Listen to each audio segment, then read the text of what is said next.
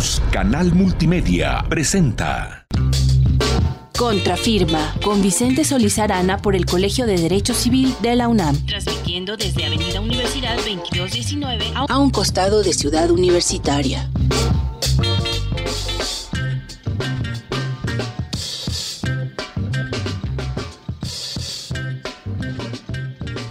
Buenas noches. Sean ustedes bienvenidos a su programa Contrafirma, un programa con ideas de los profesores de Derecho Civil de la Facultad de Derecho de la Universidad Nacional Autónoma de México. Estamos transmitiendo en vivo desde las instalaciones que se encuentran ubicadas en la Avenida Universidad 2219, justo a un costado de la Ciudad Universitaria. Hagan contacto con nosotros www.colegiocivilunam.com.mx y en nuestra página del Facebook Colegio de Profesores de Derecho Civil de la Universidad Nacional Autónoma de México. Así nos dicen que somos agradecidos. Los profesores de Derecho Civil tenemos buenas costumbres. Damos las gracias a todas las personas que hacen posible que este programa se lleve a cabo. De manera especial al doctor Enrique Luis Graue Vichers, rector de la Universidad Nacional Autónoma de México, la Universidad de la Nación. Y de manera muy especial al primer civilista de la facultad, al doctor Raúl Juan Contreras Bustamante, director de nuestra querida Facultad de Derecho de la Universidad Nacional Autónoma de México. Desde aquí, mi querido doctor, le mandamos unas felicitaciones por su primer año a cargo de la dirección. El día de hoy, 6 de abril de 2017, tenemos como orden del día, como tema especial para el día de hoy, mi querido amigo, estamos de fiesta. 100 años, los primeros 100 años de la ley sobre relaciones familiares. Estoy muy contento porque ahora sí tenemos plana mayor, muchos invitados. El día de hoy voy a presentar a las personas que están con nosotros en esta mesa, a la doctora Elba Leonor Cárdenas Miranda, de quien vamos a escuchar una muy breve semblanza de su trayectoria profesional. Doctora Elba Leonor Cárdenas Miranda, egresada del posgrado de la Facultad de Derecho de la UNAM. Actualmente coordinadora académica de la Maestría en Derecho del posgrado de la Facultad de Derecho de la UNAM. Es autora del libro Instrumentos Internacionales en relación con la familia y sus miembros. Tiene artículos especializados en materia familiar publicados en reconocidas revistas jurídicas. Es miembro del Sistema Nacional de Investigadores SNI1. Es catedrática de tiempo completo en la Facultad de Derecho del posgrado de la Facultad de Derecho de la UNAM. Bienvenida, doctora Elba Leonor Cárdenas Miranda. Muchas gracias. También tenemos el gusto de contar en esta mesa con la doctora María Elena Horta García, de quien vamos a escuchar una breve semblanza de su trayectoria profesional. Doctora María Elena Horta García, egresada de la Facultad de Derecho de la UNAM, doctora en Derecho, Facultad de Derecho UNAM, con más de 25 años de experiencia, especialista en Derecho Familiar y Sucesorio, maestra por oposición en ambas materias y abogada litigante por más de 40 años. Bienvenida, mi querida amiga María Elena Horta García. Es un placer estar en este programa, mi querido Vicente. También está en esta mesa mi querida amiga, la maestra Amada Gaitán Arredondo, de quien vamos a escuchar una breve semblanza de su trayectoria profesional. Licenciada Amada del Carmen Gaitán Arredondo. Es licenciada en Derecho por la UNAM, maestra en Derecho Familiar y en Derecho Sucesorio igualmente por la UNAM de 1999 a la fecha. De igual manera es abogada postulante de 1990 a la fecha. Pues hemos presentado solo la primera parte, porque como estamos de fiesta tenemos a 3 grandes civilistas esperándonos también allá afuera para entrar a esta mesa. Ley sobre relaciones familiares. 1917, un año convulso para nuestra patria. Dicen que fue el año del hambre en México. Y quizá para los abogados haya sido un granito de arena haber aportado al mundo jurídico una pequeña solución a la sociedad de aquel tiempo. La ley sobre relaciones familiares. Mi querida amiga, ¿qué opinas? Pues yo creo que a grandes problemas, grandes soluciones, mi querido Vicente. Y realmente esta ley sobre relaciones familiares es un parteaguas en la historia del derecho familiar mexicano. Yo te puedo decir que es un claro ejemplo de cómo puede incidir una ley en el desarrollo social. ¿Por qué?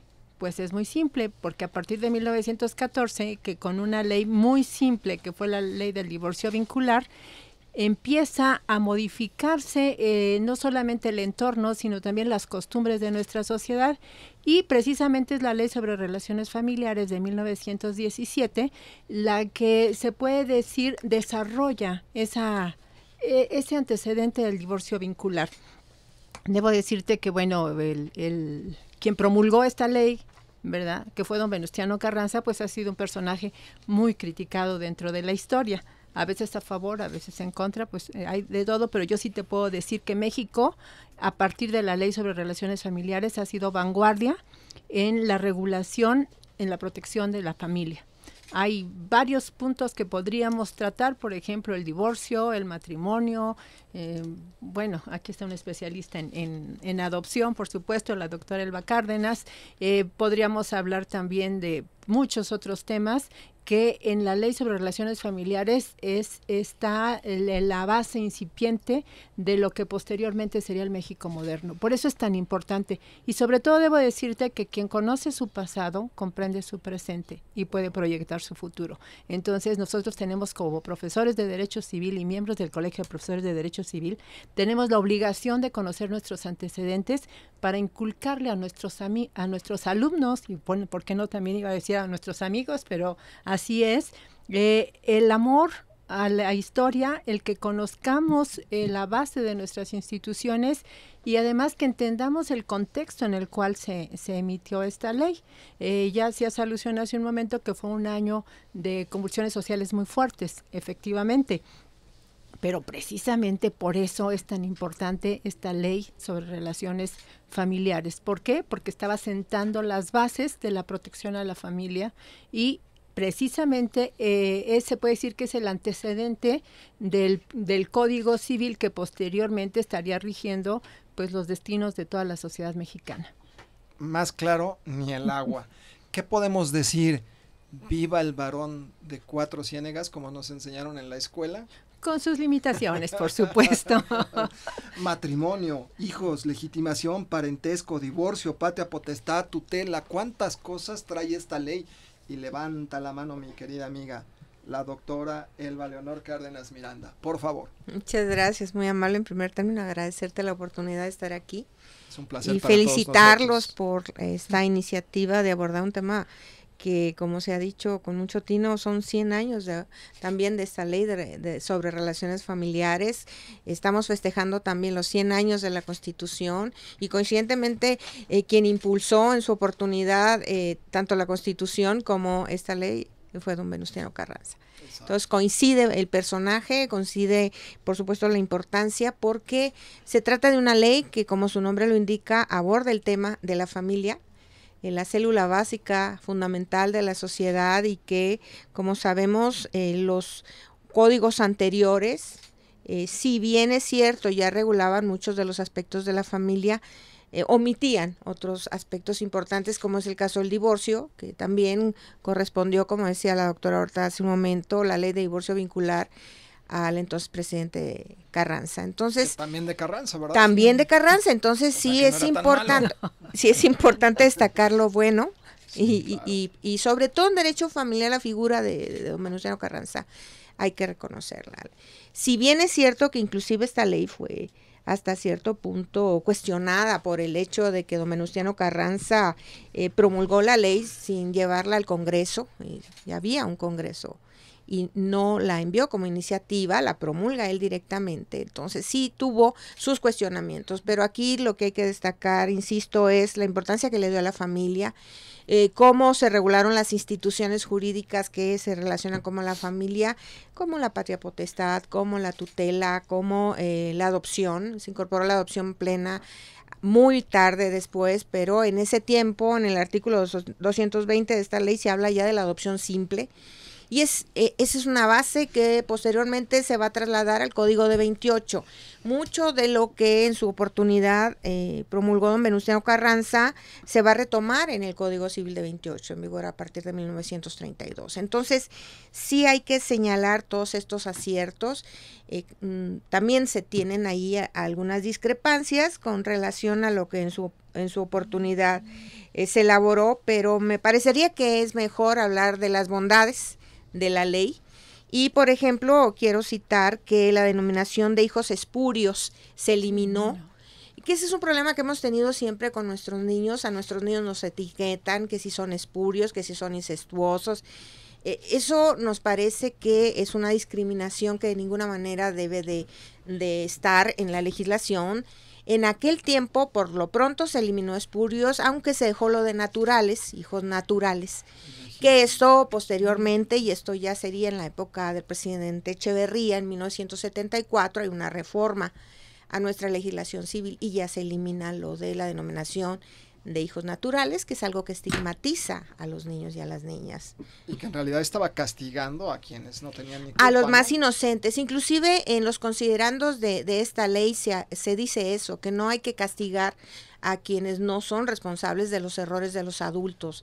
Esa es una frase muy importante que se subraya en los considerandos. Otra de las cuestiones importantes también dentro de esta ley es el aspecto que tiene que ver con cómo se mira a la mujer, esto es, a partir de que sí se da ya el divorcio vincular, porque recordamos aquí que antes había separación de cuerpos nada más en la legislación anterior, y no había divorcio vincular. Entonces, al incorporarse el divorcio vincular, también la mujer adquiere otro estatus, ya no es tan estigmatizada. Este es un paso que fue importante, fue una primera parte de todo este desarrollo, porque a las mujeres nos ha costado mucho trabajo casi todo. Y aquí quiero decir pues que ante esa discriminación de que si eres divorciada ya prácticamente sales de un contexto social, en la evolución la ley de divorcio vincular propició que la mujer reconociera sus derechos, y también en la ley de relaciones familiares ya se establecen los derechos a trabajar, por ejemplo. Si bien es cierto que limitó el 50% de la aportación al hogar, porque predominantemente el hombre era el que aportaba la mayor cantidad de ingreso, sí le da esa posibilidad. Esto se va a regular después en el 28 y en el 74, sobre todo con el presidente Echeverría, que es una reforma muy trascendente en materia familiar para que la mujer adquiriera un estatus muy diferente. Y sobre todo yo quiero subrayar ahí el papel de doña María Esther Zuno Echeverría, que fue la que impulsó los juzgados familiares. Esos son de esa época, ¿no? Son de esa época. 74. El 74 es también el Año Internacional de la Mujer. El Año Internacional de la Mujer. En la reforma al artículo 4 constitucional, la igualdad, muy, muy importante. Eso es un parteaguas. Entonces, yo establecería estas fechas como importantes, ¿no? La ley sobre relaciones familiares del 17 y acaso me voy hasta 74 con todas estas transformaciones que estamos comentando. Otro de los aspectos que también quiero subrayar es que en esta ley todavía sí se habla de que el matrimonio es un contrato civil, y en ese sentido anteriormente sí se hablaba de que es un contrato civil, pero se decía que era indisoluble. Aquí ya se dice que es soluble. ¿Por qué? Porque deviene de la ley de divorcio vincular. La edad para matrimonio, 16 años en los niños, 14 en las niñas para contraer matrimonio, y en gran énfasis el hombre era el que representaba a la mujer. Por lo que comentaba hace un momento, nos ha costado mucho trabajo salir de la patria potestad del padre, y en aquel tiempo lo que se consideraba era que pasaba prácticamente a la patria potestad del marido. Entonces, la ley hace un cambio muy, muy importante también en ese rubro. Potestad marital. Sí, así es. Y también decir que son pautas que se quedan, que se fijan. Tenemos en este momento códigos familiares. Es algo incipiente, estamos hablando de 7 códigos familiares en algunas entidades federativas como Zacatecas, Morelos, Michoacán, Yucatán, Sinaloa, Sonora y San Luis Potosí. Pero tenemos ley para la familia en Coahuila y en Hidalgo. Entonces, una ley con estas características lo que nos permite ver es que fijó una pauta que posteriormente, años después, habría de cristalizar en legislación familiar en algunas entidades federativas. Pues yo sigo diciendo que viva el varón de 4 ciénegas, pero les voy a decir por qué también tengo algunas ideas. A mí me parece, por lo que revisé para este programa, que don Venustiano Carranza en sus estudios está muy influenciado por don Benito Juárez. Entonces, muchas de esas ideas que vienen todavía un poquito más allá, hoy quiero decirle, por ejemplo, a mis alumnos, que ya ustedes piden acta de nacimiento como si fuera cualquier cosa, pero en la época de Juárez eso no existía. No había actas, ¿por qué? Porque no había registro civil. Era la acta de bautismo, la que te daba la iglesia. Era la que la iglesia lo daba, de las leyes de reforma. Exactamente. Entonces, ese general constitucionalista tenía el alma de Juárez. Levanta la mano, mi querida amiga. Sí, por supuesto. Amada Gaitana Redondo. Muchas gracias. Me encanta estar de nueva cuenta en el programa.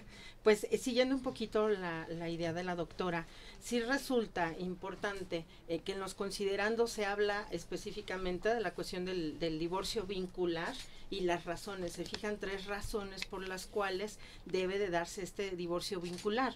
En principio se habla de cuáles son los objetos o los objetos esenciales, el objeto esencial del matrimonio, que sería la procreación, la educación de los hijos y obviamente la ayuda mutua para continuar en ese matrimonio que se entendía que era para toda la vida.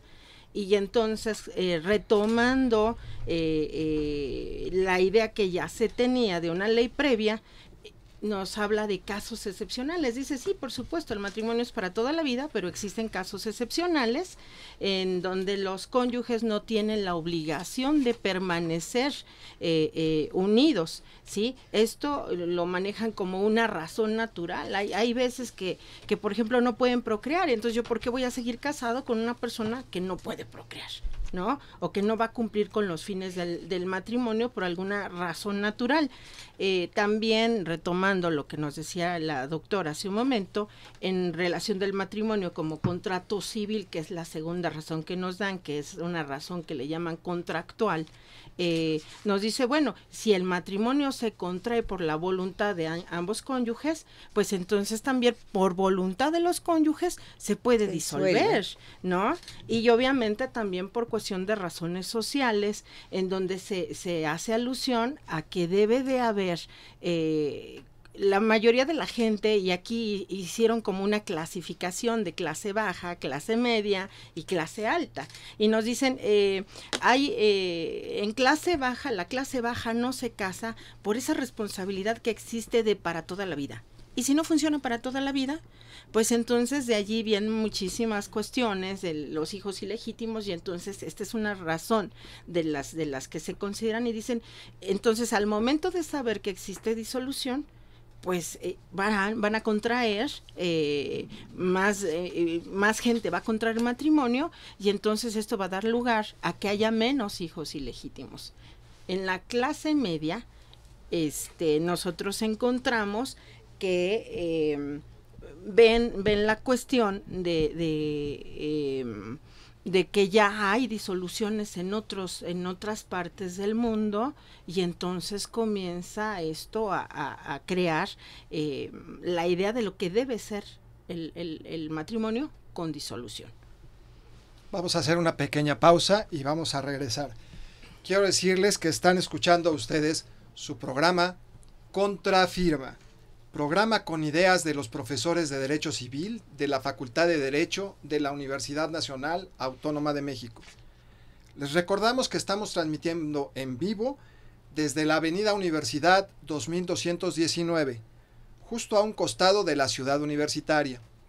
Hagan contacto con nosotros, www.colegiocivil.com.mx, y en nuestra página del Facebook, Colegio de Profesores de Derecho Civil de la Universidad Nacional Autónoma de México. En un momento regresamos. Continuamos en Contrafirma con Vicente Solís Arana por el Colegio de Derecho Civil de la UNAM. Gracias por escuchar la transmisión News, Canal Multimedia. Lucharán a 2 o 3 caídas sin límite de tiempo. De este lado, el luchador más seráfico del cuadrilátero, el Ángel. Y de este otro lado, la diabólica Muerte. Sin piedad se enfrentarán en una lucha por la verdad. Luchadores, amor, detectives y policías. La mejor mezcla heterogénea de suspenso. ¡Amorosos fantasmas! La novela policíaca de Paco Ignacio Taibo II llega a tus oídos todos los días a las 6 de la tarde. Sintoniza esta lucha estelar por el 860 de amplitud modulada. Radio UNAM, el alma mater del cuadrante. Te invitamos a disfrutar de los mejores platillos sonoros. Buffet Babel. Tenemos ingredientes de la más alta calidad. Cine. Ciencia. Temas de género. Literatura. Entrevista. Filosofía. Danza. A punto de turrón. Ecología. Medio ambiente al gusto. Cuentos. Música en abundancia y mucho más. Buffet Babel. Todo lo que puedas escuchar en un mismo lugar. De lunes a viernes, a partir de las 13 horas, acompaña tus tardes con nuestra programación. Lleva un pedacito de una rica variedad de pequeños bocados con los que quedarás mentalmente satisfecho para la construcción del pensamiento. Ideas de todos los sabores. Buffet Babel. Acompaña tus comidas con esta barra de degustación para el oído. Buffet Babel. Lunes a viernes de 1 a 4 de la tarde, por el 96.1 de FM, Radio UNAM. Buen provecho. Conversar, escuchar, transformar. En la calle el acoso. Si unos y otras nos pusiéramos en el lugar de la otra persona, seguramente podríamos acompañarnos y cuidarnos más solidaria y más lúdicamente, ¿no? Aquí estamos otra vez. Aquí estamos para seguir hablando sobre las temáticas de género. Es necesario, es urgente, es indispensable para todas y todos. Dicen por ahí que la gente privilegiada jamás se da cuenta de las injusticias. Un grupo nace sin poder y el otro grupo nace con poder, y eso determina todas las relaciones sociales que vas a hacer en tu vida. Las mujeres mayores creo que enfrentan muchos más problemas. Tejiendo Género, tercera temporada. Escúchanos a las 13:30 horas por el 96.1 de FM. 15 minutos diarios de lunes a viernes. Invitan el Instituto Nacional de las Mujeres, el Programa Universitario de Estudios de Género y Radio UNAM. Porque solo a través de la equidad podremos construir una sociedad más justa. Soy Raúl Contreras Bustamante, director de la Facultad de Derecho, y los invito a seguir los programas de seminarios y colegios de nuestra facultad. Gracias por escuchar la transmisión News, Canal Multimedia. Continuamos en Contrafirma con Vicente Solís Arana por el Colegio de Derecho Civil de la UNAM. Transmitiendo desde Avenida Universidad 2219 a un costado de Ciudad Universitaria.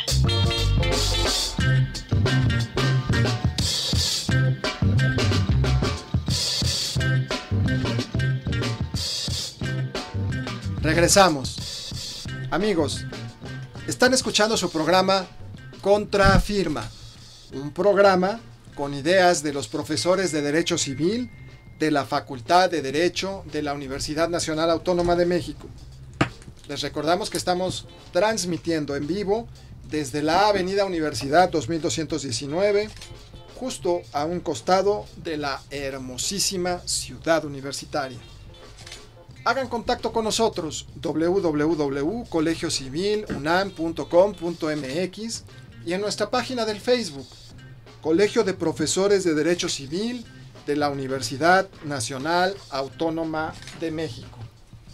Antes de irnos al bloque, estábamos hablando del matrimonio, y para nuestros queridos alumnos que quizá no lo conocen, la ley sobre relaciones familiares, en el artículo 13, dice: el matrimonio es un contrato civil entre un solo hombre y una sola mujer, que se unen con vínculo disoluble para perpetuar su especie y ayudarse a llevar el peso de la vida. Mi querida artículo 75. Amiga. Bueno, continuando con lo que decíamos respecto de las razones por las cuales se considera que el vínculo debe ser soluble, ¿sí? Decíamos que las razones sociales eran en relación a que en clases bajas iba a haber reducción de hijos ilegítimos, ¿sí? En el caso de las clases medias, obviamente se buscaba levantar a la mujer y emanciparla, porque anteriormente, pues bueno, la mujer dependía, pasaba de la patria potestad del padre, estábamos en derecho romanista todavía, de hecho se criticaba bastante, en donde la mujer pasaba de la patria potestad del padre a la patria potestad del esposo, ¿no? Y entonces se busca de alguna manera la emancipación de la mujer, y decíamos en las clases altas que ya estaban acostumbradas a que en otros países hubiera divorcio, bueno, pues estaba bien visto, ya no era un factor tan moral. Sin embargo, esta ley, como en este momento lo es, por ejemplo, la adopción homoparental, en ese momento la ley decían, ¿cómo? O sea, disolubilidad del matrimonio, ¿cómo es esto posible, no? Y entonces comienza igualmente a ser cuestionada, en principio, como bien decía la maestra, en cuanto a la constitucionalidad, porque resulta que fue expedida por el titular del Ejecutivo cuando ya había un Congreso, ¿sí? En cuanto al modo precipitado en que se había lanzado, sin incluso considerar que hubiera una discusión ni una consulta pública, porque realmente no la hubo. Y tenemos por allí el maestro Eduardo Pallares nos decía que era una ley profundamente revolucionaria por todo lo que implicaba, silenciosa porque nadie supo, nada más de repente ya estaba ahí, y sordamente destructora del núcleo familiar, ¿no? Cuando la ley estaba buscando otra cosa, porque ¿cómo? Disolución del divorcio, nosotros tan arraigados a nuestra religión católica, ¿cómo es posible? Eso es pecado, etcétera, ¿no? Pero pues obviamente pues eso tenemos que tomar en consideración que eso fue hace 100 años, ¿no? Y entonces, ¿cómo la disolubilidad del matrimonio? ¿No? Pero a final de cuentas, pues, ¿qué es lo que se estaba buscando? Se estaba buscando proteger mayormente a la familia, porque esa es la realidad, estábamos buscando proteger mayormente a la familia. Como bien dijeron en un principio, es la ley número 1, es la primera ley que hay sobre relaciones familiares a nivel mundial, o sea, no es una ley de vanguardia, y entonces, pues, eso la hace realmente importante y distinta, ¿no? Yo sigo diciendo que viva el varón de Cuatro Ciénegas, pero ustedes dicen que hay algunas cosas que sí y otras algunas que no. reservas, por supuesto. Mira, yo creo que lo fundamental en esta ley es el impacto social que tuvo, ¿sí? ¿Por qué? Porque en el Código de 70 y en el Código de 1884, efectivamente el matrimonio se consideraba como un vínculo indisoluble. ¿Qué quiere decir? Que te casaste, pues ahí hasta que te mueras, o sea, no hay posibilidad de disolver ese vínculo matrimonial, y precisamente es el divorcio vincular, y por eso se llama vincular, porque es el que disuelve el vínculo entre el hombre y la mujer. Además era solamente la relación entre un hombre y una mujer. Lo que no me agrada es que era considerado como un contrato. Y un contrato pues realmente es un acuerdo de voluntades en donde se están manejando intereses económicos. Y aquí en el matrimonio, aparte de que obviamente hay un aspecto patrimonial dentro del matrimonio, pues también lo más importante es la relación entre los cónyuges y en relación con los hijos. Y la ley sobre relaciones familiares puntualiza muy claramente los efectos de esta disolución del vínculo matrimonial, y además con algún resabio todavía en el aspecto de la patria potestad, decía solamente el varón puede tener la patria potestad porque es el pater familias, y en caso de que no estén ni papá ni mamá, pues está los abuelos paternos. Y entonces estos abuelos paternos, todavía había una especie de discriminación en lo relativo a la participación de la mujer. Estaba la famosa potestad marital, en donde se decía que para proteger a la mujer no podía, o sea, no se le dejaba que libremente contratara, sino que tenía que contar con la anuencia de su cónyuge, porque además y aquí la importancia, ¿verdad? La importancia de las palabras, porque hablamos de cónyuge cuando hay un matrimonio, hablamos de esposos cuando hay una promesa de esponsales y hablamos de concubinato cuando no hay matrimonio. Además, esa es otra figura también que no estaba contemplada ni debidamente regulada. Y bueno, ya podría yo decir hablar de amacios porque cuando no se pueden casar y que tienen algún impedimento para contraer matrimonio. Entonces es importante que se tome en consideración los términos que se van utilizando, pero que se tomen en relación con el ámbito tanto espacial como temporal en el que se está emitiendo la ley. Y yo insisto, esta ley es un ejemplo de qué sucede cuando realmente está recogiendo el querer social, ¿sí? ¿Por qué? Porque sí impactó, porque sí se movió la sociedad, porque a partir de la disolución del vínculo matrimonial cambian las relaciones familiares, ¿sí? Me parece muy bien. Y en realidad yo tendría la pregunta de decir, a mí se me hace que mi general se allegó de los mejores abogados de la época, ¿no? Seguramente así fue, y además abogados y asesores muy especializados en derecho familiar, en ciernes todavía, acaso, pero nos parece también que la preocupación de Venustiano Carranza tenía que ver con algunas cuestiones de su propia familia, que reflejó en tanto en la ley de divorcio vincular como en esta ley sobre relaciones familiares. No olvidar también que México atravesaba en aquel tiempo una etapa después de una revolución, después de un momento convulso del país, de que había muchos hijos sin padre, de que había muchas situaciones de mujeres abandonadas porque habían muerto muchos de los cónyuges. Entonces, yo subrayo que en el caso de Venustiano Carranza su preocupación fue precisamente por el momento histórico que vivía la familia en ese año. Y no olvidar también que es a pocos meses de que promulga la Constitución de 1917, que promulga esta ley, que es de abril de 1917. Entonces, se dice inclusive que una de las propuestas era que se incorporaran algunos de estos conceptos de la ley en la propia Constitución del 17. Pero el constituyente originario y las discusiones tan álgidas que tuvieron para diferentes artículos, como sabemos, el tercero constitucional, el 123, específicamente trataba de incorporarse en el 129 o en el 130 también, porque la familia era muy importante y porque tenía que darse una regulación adecuada.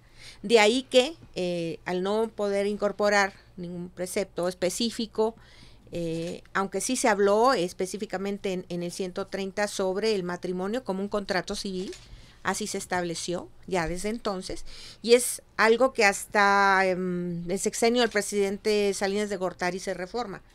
Seguía siendo un contrato civil el matrimonio hasta 1993. Entonces, importante la preocupación de quien en ese momento promulga esta ley como primer jefe del ejército constitucionalista y encargado del Poder Ejecutivo de la Unión, en que se regularan todos estos aspectos, en que a los niños no se les estigmatizara con esas denominaciones que hace un momento estábamos reiterando, y insisto, cómo le dio reconocimiento a la mujer, o buscó darle algún reconocimiento a la labor de la mujer, con todo y que se subrayó en uno de los artículos que su principal ocupación debía ser las labores domésticas.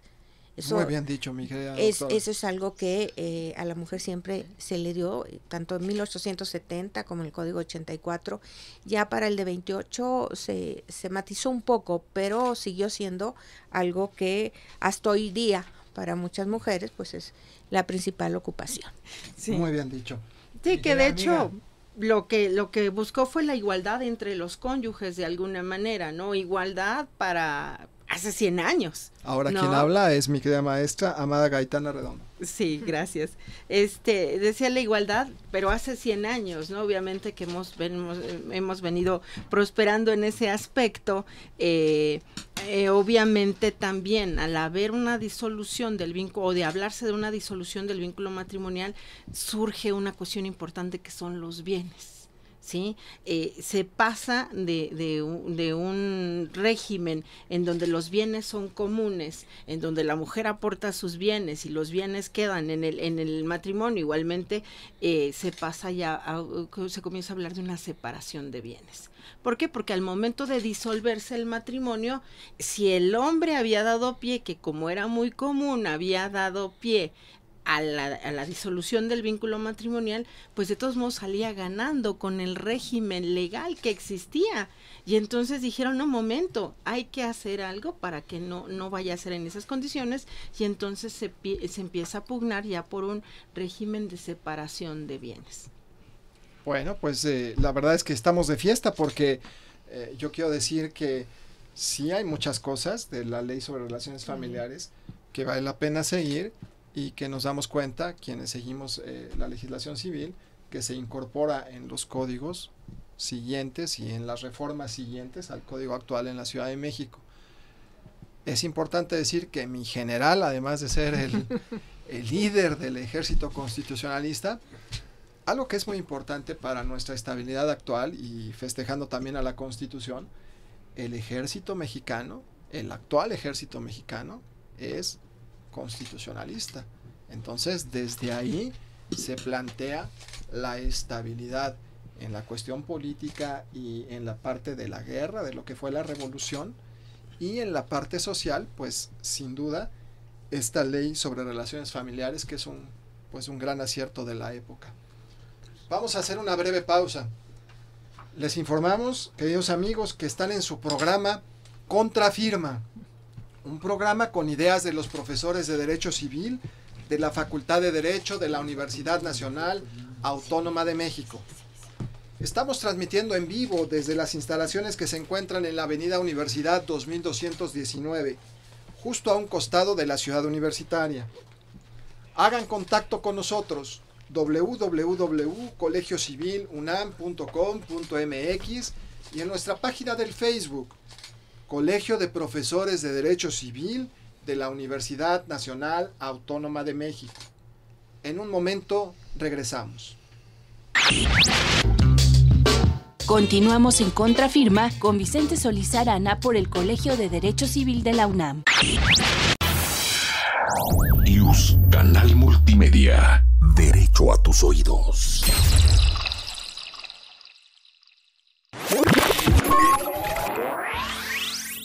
Soy Raúl Contreras Bustamante, director de la Facultad de Derecho. No te despegues, estás escuchando IUS Canal Multimedia.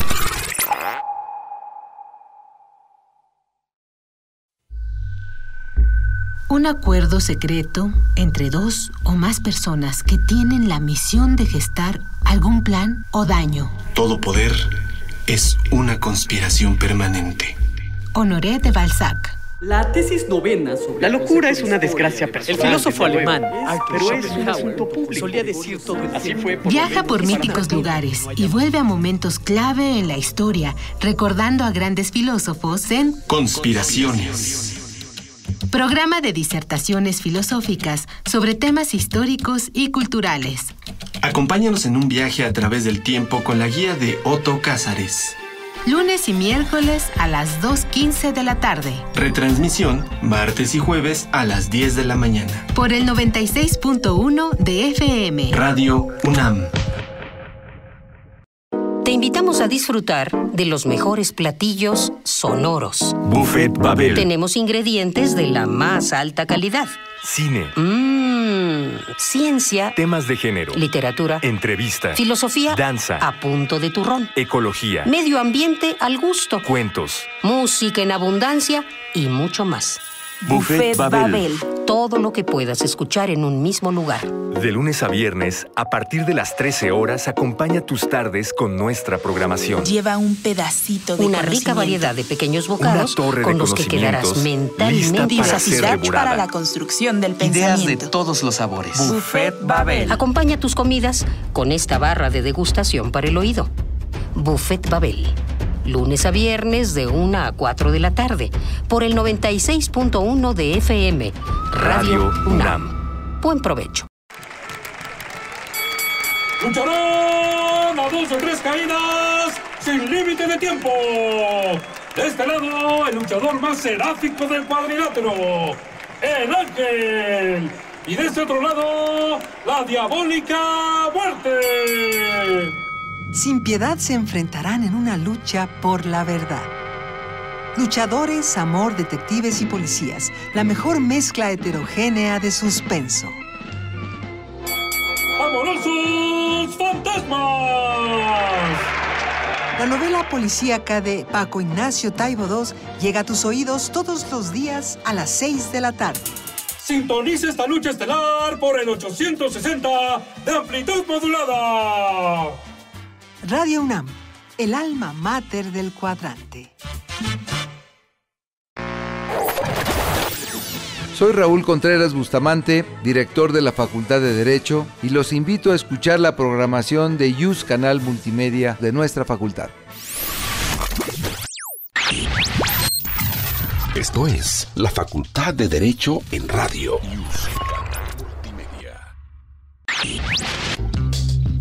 Continuamos en Contrafirma con Vicente Solís Arana por el Colegio de Derecho Civil de la UNAM. Transmitiendo desde Avenida Universidad 2219 a un costado de Ciudad Universitaria.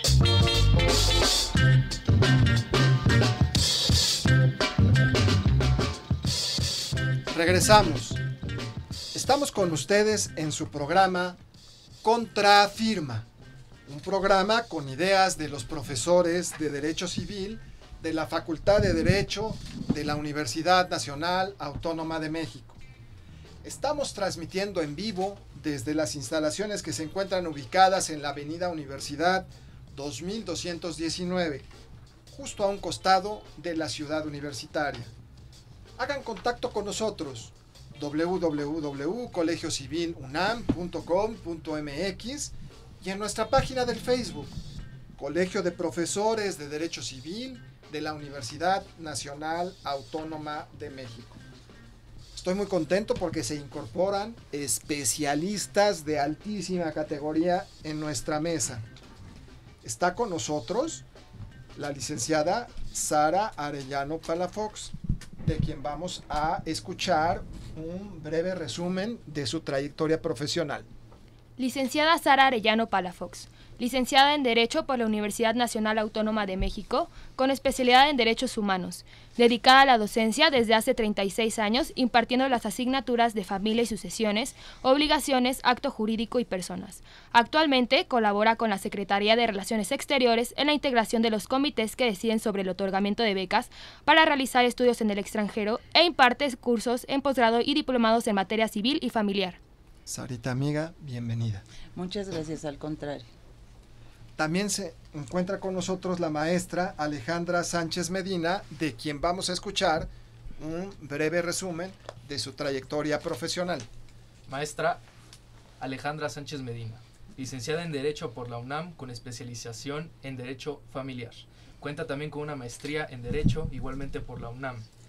Actualmente es abogada litigante y catedrática en las materias de Derecho Familiar, Sucesiones, temas selectos de Derecho Familiar, Derecho Procesal Familiar en la Facultad de Derecho de la UNAM y en el curso superior de posgrado. Muchas gracias, mi querida amiga Alejandra Sánchez Medina. Bienvenida. Muchas gracias. También se encuentra con nosotros en esta mesa. Es un honor para todos nosotros que se encuentre aquí el notario y doctor Carlos Correa Rojo, de quien vamos a escuchar una breve semblanza de su trayectoria profesional. El doctor en Derecho, Carlos Correa Rojo, egresado de la Facultad de Derecho de la Universidad Nacional Autónoma de México, en la cual imparte cátedra de Derecho Familiar. Es titular de la Notaría 232 de la Ciudad de México y autor de diversas obras, de las cuales predomina el notariado en México, de la escribanía a la notaría. mis queridos amigos especialistas en la materia, ¿qué hacemos con la ley sobre relaciones familiares? ¿Hacemos fiesta o qué? ¿Quién dice yo? Mi querida maestra, por favor. Pues me parece que sí, sería interesante hacer una fiesta. Lo cierto es que hay que remarcar algunos puntos que, aunque fue una época revolucionaria y que por eso se veían muchas innovaciones, según, ¿verdad? Como que, pues como separarse, lo cierto es que tendríamos que hacer hincapié en cuáles fueron las verdaderas razones por las cuales se dieron este tipo de innovaciones, particularmente respecto del divorcio vincular, ¿no?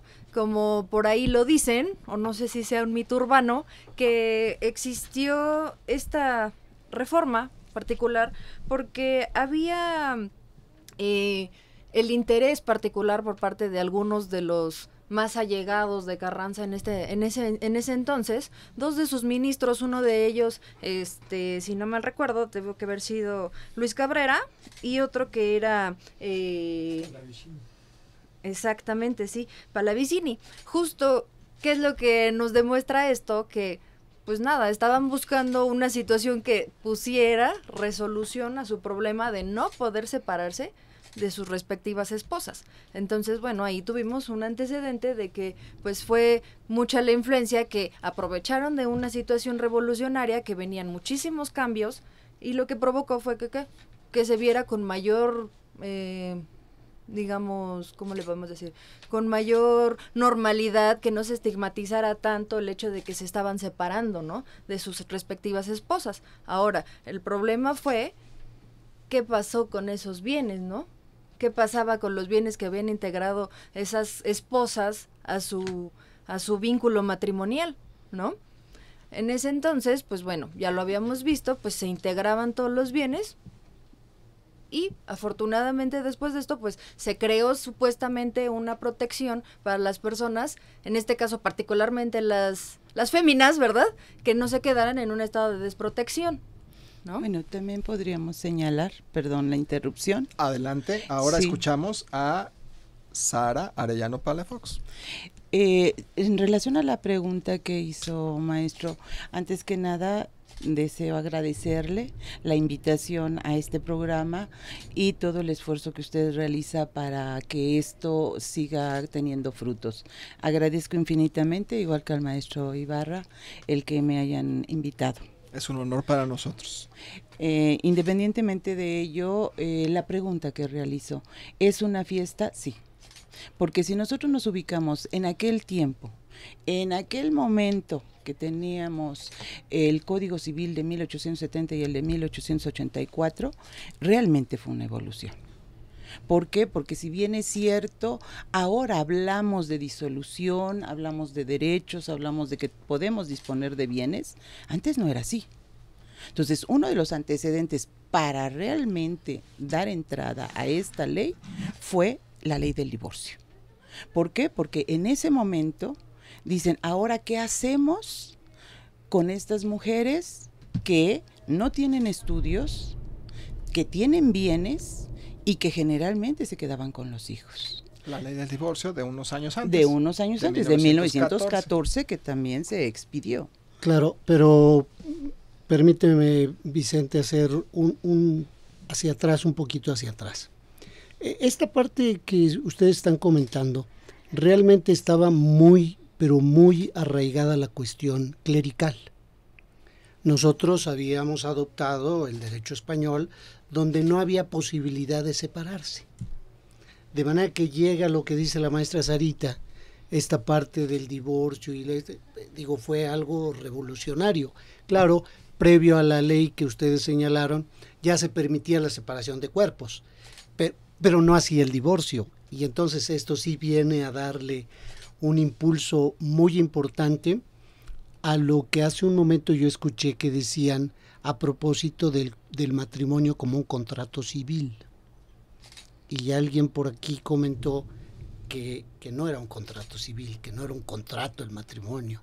Tan hace un contrato que hoy, con la misma voluntad que te casaste, con la misma voluntad te descasas, sin ninguna situación más que la voluntad de descasarte.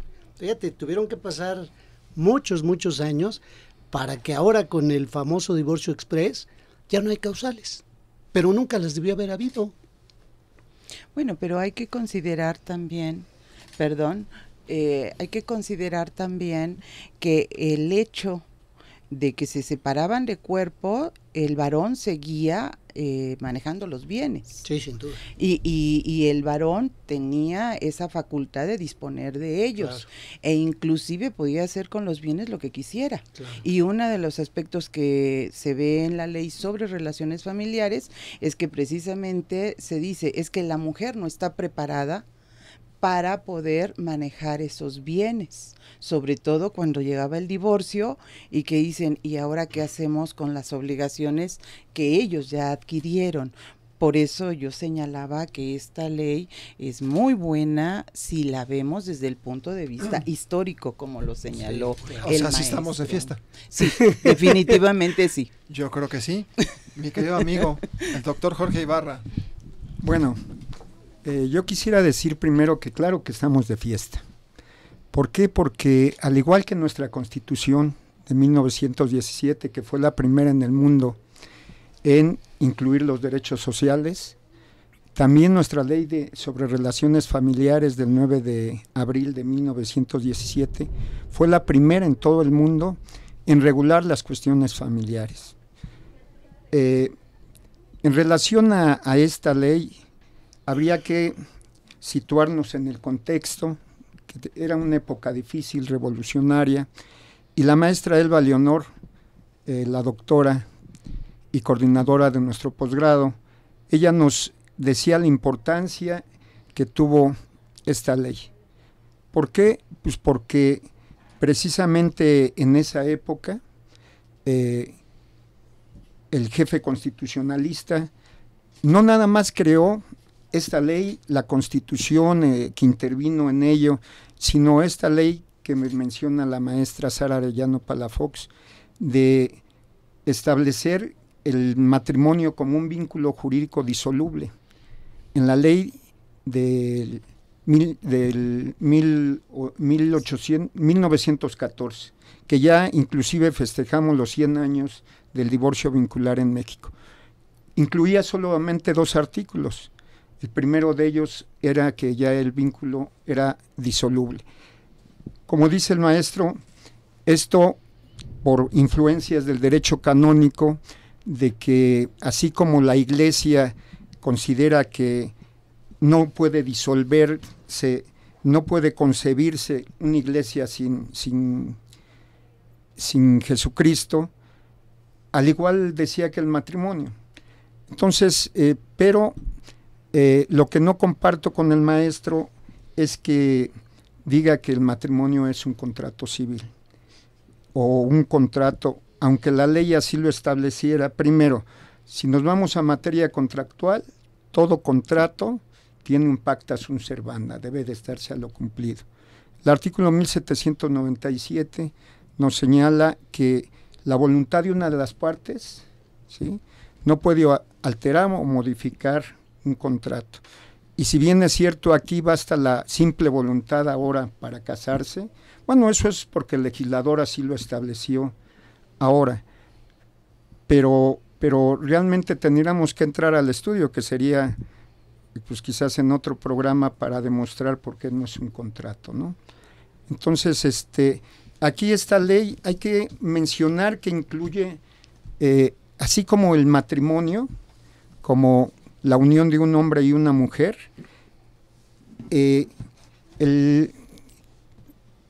Carranza, cuando se constituye el Congreso, se integra el Congreso Constituyente, él ante ellos les anunció que iba a crear leyes que regularan a la familia, y no tardó mucho, se tardó únicamente, es del 5 de febrero, y estamos hablando que meses después, marzo, abril, 2 meses después, viene esta ley también de 1917.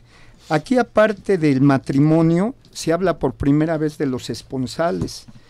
El primer artículo que nos habla del matrimonio es el artículo 13, que define al matrimonio, Y el artículo 14 nos señala que también puede existir la promesa de matrimonio, hecha por escrito y que desde luego no se puede obligar a su cumplimiento en caso de que no quieran, porque para que exista el matrimonio tiene que haber consentimiento de las partes, de los contrayentes. Pero también en relación a lo que señala el maestro, podríamos mencionar que algo que la sociedad de aquel entonces criticó para el matrimonio es que era muy fácil contraer matrimonio y muy fácil disolverlo. ¿Por qué? Porque nosotros recordaremos que en esta ley sí nos menciona que podíamos ir a contraer matrimonio y bastaba con testigos que nos conocieran durante 3 años y conocieran nuestra situación legal. También se señalaba lo médico, que estuviéramos aptos físicamente inclusive, siendo que los 2 códigos anteriores, el de 1870 y el de 1884, se tenía que publicar para cuando uno deseaba contraer matrimonio. Y esto era, pues parece sencillo, pero yo creo que ahorita nos haría falta, porque luego, sí, o sea, ahorita nos haría falta para saber por lo menos con quién me voy a casar.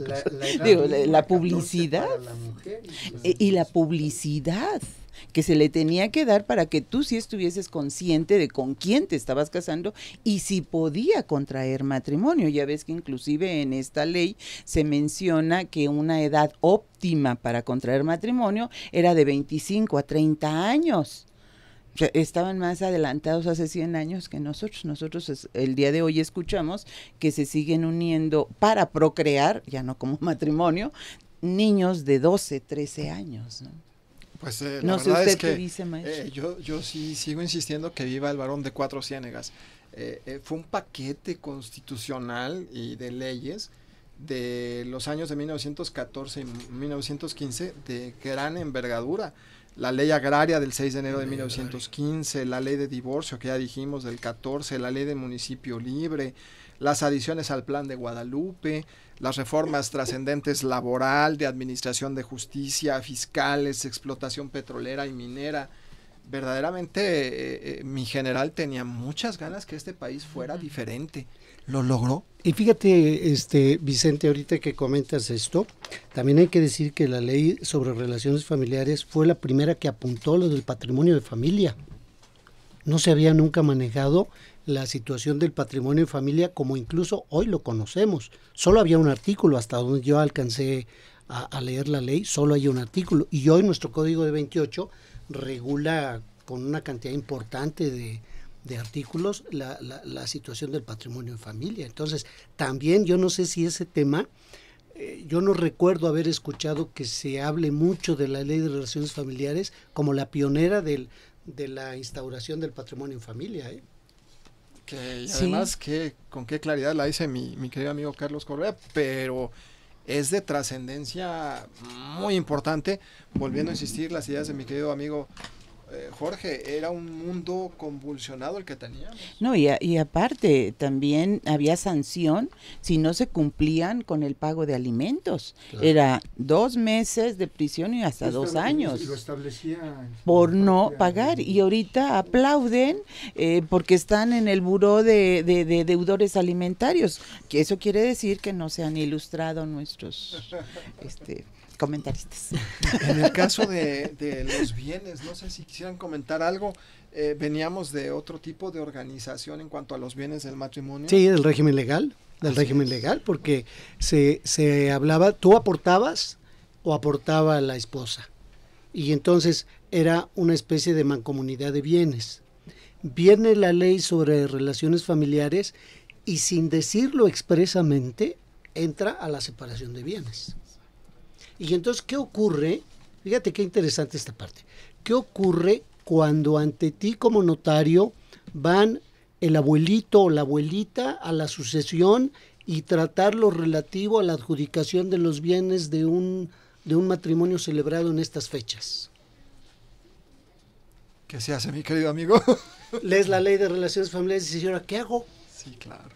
¿Y yo ahora qué hago? Entonces, obviamente, la propia ley, ya decía el maestro, a propósito de que regula la separación de bienes y dice, lo que tú adquiriste y lo que él adquirió es de ellos. Lo único que quedó en mancomún es la administración.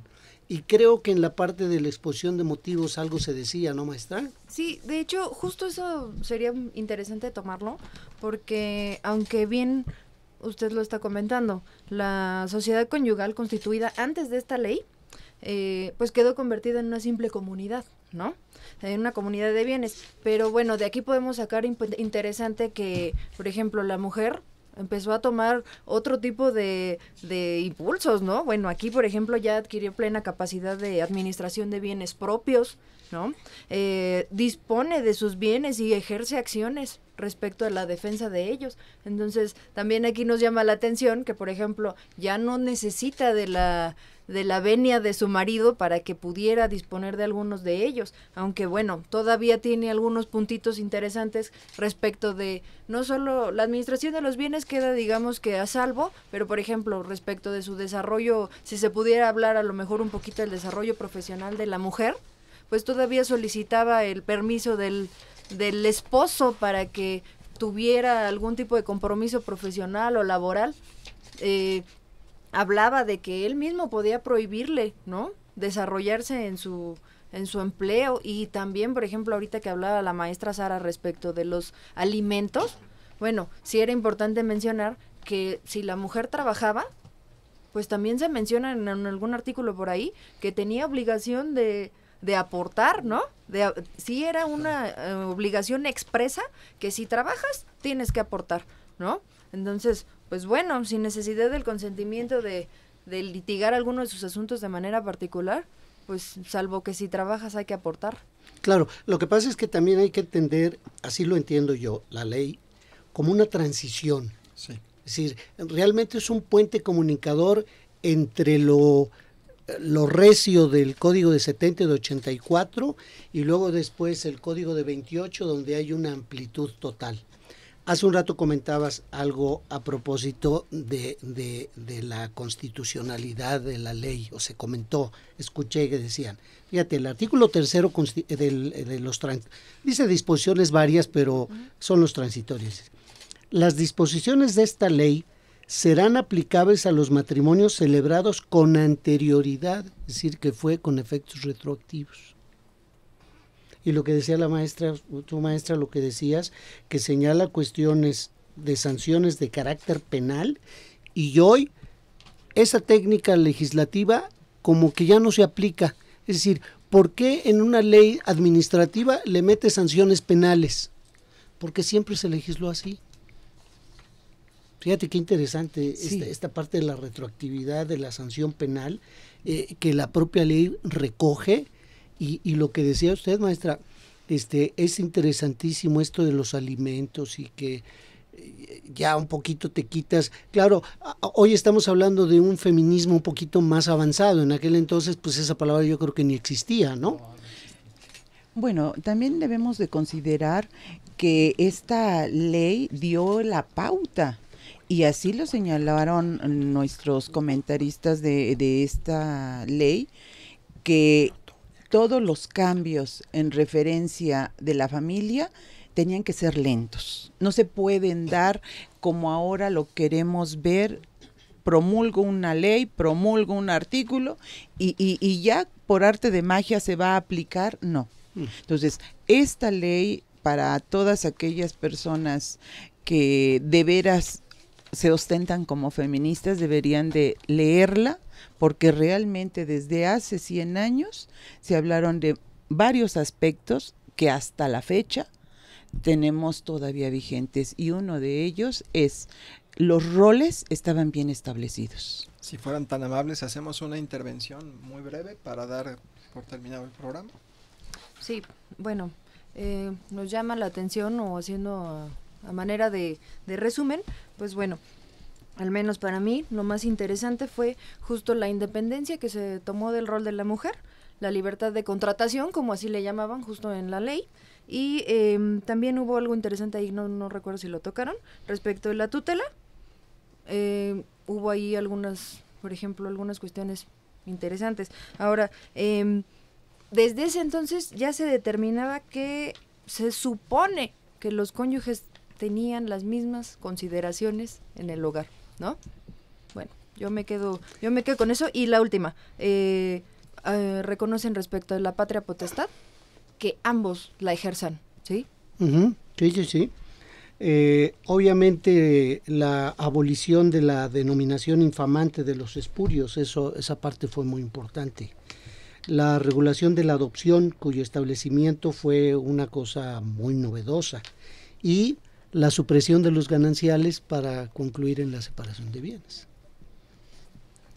Mi aportación podría ser que estoy completamente de acuerdo en que esta ley fue revolucionaria, porque también dio pauta al individualismo, que ahora afortunadamente ya las mujeres lo están entendiendo, pero en función de la familia, no para ellas mismas. Muy bien dicho.